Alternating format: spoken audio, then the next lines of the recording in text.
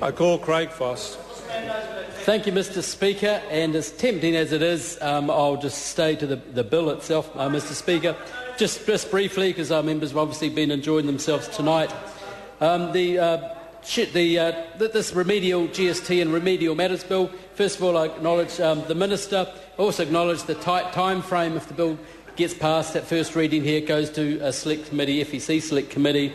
But I think most members, in spite of some of the rhetoric, do accept there is ongoing change. Markets change, systems change, things change. And yes, GST is changing, but of course, as the Minister noted there, the debate here is not about the quantum of GST at all. It's about the administration of GST and closing some of the loopholes, and even some of those address some of the matters members across the House have been spending a bit of time on lately, Mr Speaker, and around various property schemes.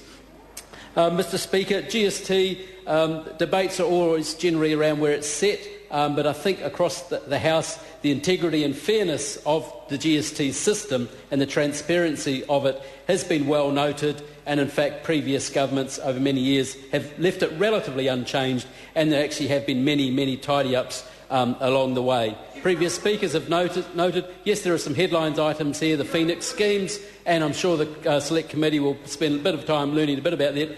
But there's actually a lot of remedial matters bills, parts of this bill at least, as we go through more of the detail, Mr Speaker. And I will note, and it will be well worth reading for members who are interested, that much of this came from the GST Accounting for Lands and High-Value Assets discussion paper in 2009, November 2009. I'll also note there's 2 regulatory impact statements in and around this bill, but interestingly I can't quite quantify what could be going on under the Phoenix schemes, but obviously there is some mischief going on there.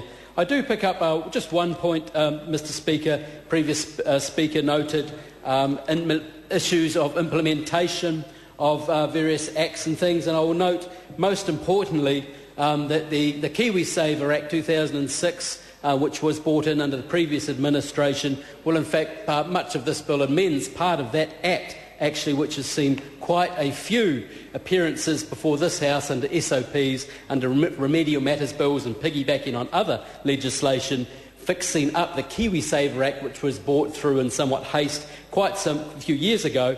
But again, there's general acceptance that there is some changes, that's just quite accepted actually, and I'm particularly in favour of the changes on the KiwiSaver clause, which actually makes the KiwiSaver itself more relevant to the data changes and the way most consumers expect their data to be able to be used by providers, default providers and IRD in this modern age, Mr Speaker. It does reflect their expectations, and it's a good example of legislation keeping up with current practice. I look forward to this bill coming before the hard-working FSC committee. I commend the bill to the House, Mr Speaker. Call Brendan Burns. Mr.